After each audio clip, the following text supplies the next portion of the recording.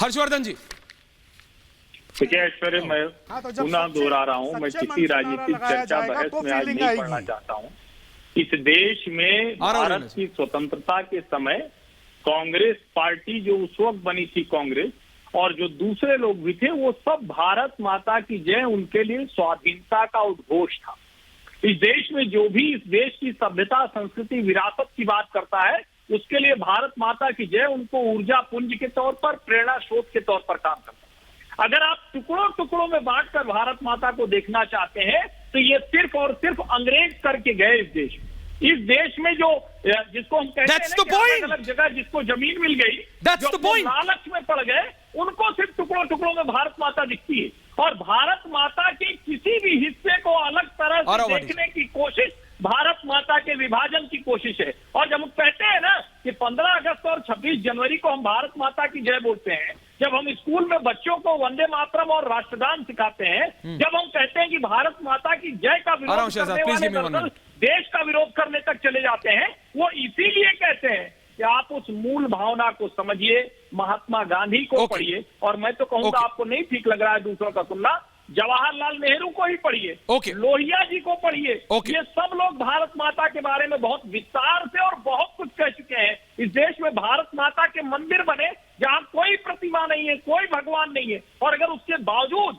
आज 2023 में राहुल गांधी ये सवाल खड़ा कर रहे हैं, तो सचमुच एक जिसको कहे ना कि सोच पर थोड़ा सा समझ में नहीं आता कि वो सोच। बिल्कुल Harshvardhan ji, point taken. Reena ji coming to you ma'am, ending comments. Shahzad आपके पास लास्ट में आ रहा हूं, so that you can sum it up. जी रीना जी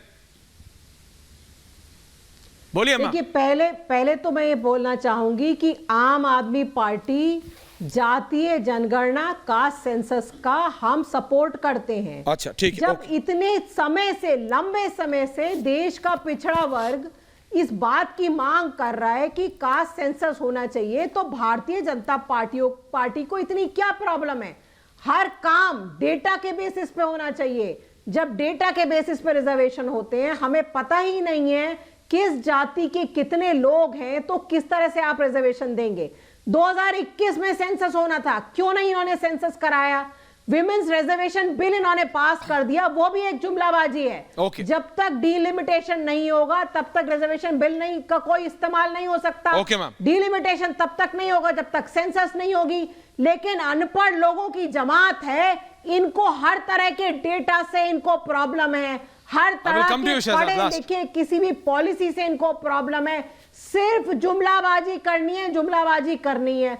और राम का तो ये नाम ही ना ले। राम मंदिर में जिन लोगों ने घोटाला किया हो, राम के नाम पे जिन्होंने पैसा कमाया हो, उनको खबरदार अपने मुंह से कभी राम का नाम नहीं लेना चाहिए, और ना कभी सनातन धर्म के बारे में किसी को बताना चाहिए। सनातन धर्म में कहां लिखा हुआ है कि तुम भगवान के नाम पे पैसा खाओ, भगवान के नाम पे घोटाला करो, तुम हर स्कीम में तुम घोटाला करो? ये कौन से सनातन धर्म में लिखा है? शर्म आनी चाहिए इन लोगों को। सनातन धर्म का नाम लेते हैं और इस तरह के घोटाले करते जाते हैं। राम का नाम लेते हैं और वहां राम मंदिर बनाने में घोटाला कर रहे हैं।